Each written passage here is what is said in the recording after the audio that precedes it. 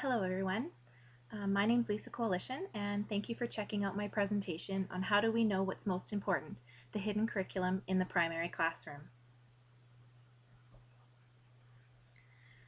Why did I choose this topic?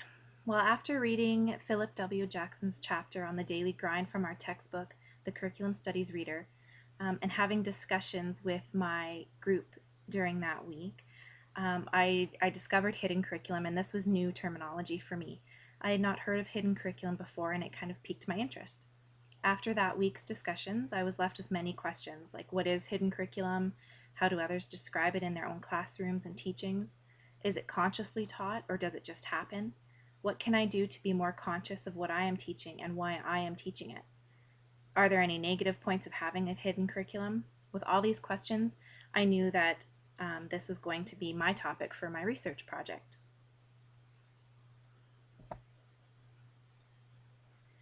When looking for a definition of what hidden curriculum is, I found the article called Values, Education, and the Hidden Curriculum. The authors defined hidden curriculum as the unofficial rules, routines, and structures of schools through which students learn behaviors, values, beliefs, and attitudes. And I picked this definition because I found that they really pulled from all the common themes from all the articles that I researched, and they found a definition that was easy to understand and fairly short too. Routines in classrooms exist so that students know what to expect and teachers can provide some order to their schedules. Routines are usually posted on a whiteboard or chalkboard, and they're practiced intensely throughout the beginning of the school year. Within the daily schedule, there's also routines for each subject and activity. Like for example, in my kindergarten classroom, at snack time, the students must wash their hands, get themselves a napkin, sit at their spot, wait for the snack to be handed out, and when they're finished, they must clean up their spot, tuck in their chair, and throw away their garbage.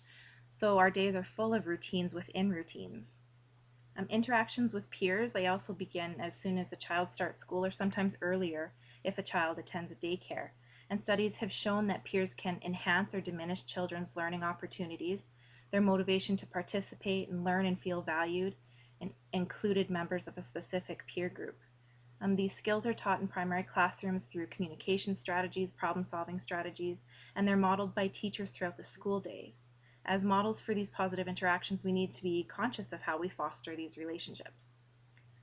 Within our hidden curriculum, we teach students positive behaviors, values, beliefs, and attitudes towards learning. A child's first teacher is their parents, but before they come to us, they already have an idea of what's expected of them at school and may already have a positive or negative attitude toward learning, depending on what the parents' values, beliefs, and attitudes are. So this could make our job easier or more difficult. And within our daily teachings, we are showing students that learning is exciting and that they are capable of learning and how it feels when we learn something new or understand it for the first time. In my research, I found an article by Robert Thornburg, and that helped me to categorize the school rules that every child learns through the hidden curriculum. The article was called The Moral Construction of the Good Pupil Embedded in School Rules, and it broke the rules down into 5 categories: relational rules, structuring rules, protecting rules, personal rules, and etiquette rules. Relational rules help students understand how to interact or have relationships with other people. So for example, to treat others how you would like to be treated. And structuring rules are the rules in place to help the structure and routine of our days go smoothly. So for example, raising your hand to speak at circle time or taking care of your school supplies and cleaning up after yourself. Protecting rules are the rules about safety and health at school. For example, don't run with scissors, don't throw snowballs on the playground, and no junk food at snack at school. And so personal rules are rules that help students to reflect and take responsibility for their actions and behaviors. And lastly, etiquette rules. These are the rules which teach our students proper behavior in schools or society. For example, we don't wear hats in the classroom and we don't swear or use bad language.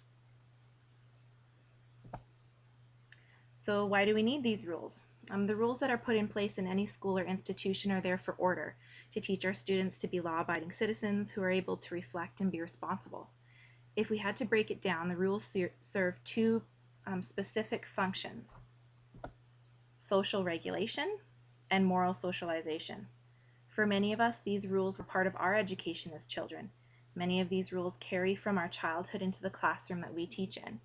I became a teacher because of the education I had, and it worked, and I learned a huge amount of material, but I also learned what it meant to be responsible and a respectful person. So students need rules and responsibilities. They feel loved, needed, and respected when a teacher shows them the way and support, and if they're supportive of their learning. And I believe all of us want that for our students, and to help them become responsible and respectful, our classroom must have rules be put into place. It's up to us to decide how we implement these rules and which ones are most important to us. Some of the rules we incorporate into our classrooms are taught in the spur of the moment when a teachable moment arises. Some are taught because we expect order and routine in our classrooms, and some rules are taught because we as teachers have our own specific beliefs and values and attitudes in our classroom about our students and their learning. The difficult part is to be aware that every teacher has different beliefs and values and can instill these on their students. In one of our group discussions for Module 2, we discussed a well-rounded child. I believe that many primary teachers would strive to teach their students to be well-rounded. And in our discussion, I was asked to reflect on what well-rounded really means. Is there any teacher that could give a definition for well-rounded that everyone could agree on? If there was a definition, would we still want our students to meet that definition of well-rounded? In reflection on our discussions and my research to this point, I found this to be one of the tensions within the hidden curriculum and something I have more questions about. Rules, values, beliefs, and attitudes can be very different in every classroom. So how can I be more conscious of what I am teaching and make sure there are specific reasons I'm teaching it and not just because that's what was taught to me? Should the hidden curriculum not be hidden? Should it be part of the written curriculum, and in what sense? Hidden curriculum can look different in every classroom. Even though it differs from teacher to teacher and classroom to classroom, it still has common themes. There are rules that are in place to help our classrooms run smoothly and help our students be the best that they can be. It may be difficult to come up with an exact definition or reason for hidden curriculum because it depends on a teacher's own beliefs, values, and attitudes as well. I'm left with many questions, as mentioned, but I'm also left with reflection. I need to reflect on my own teaching and my students' experiences within my classroom.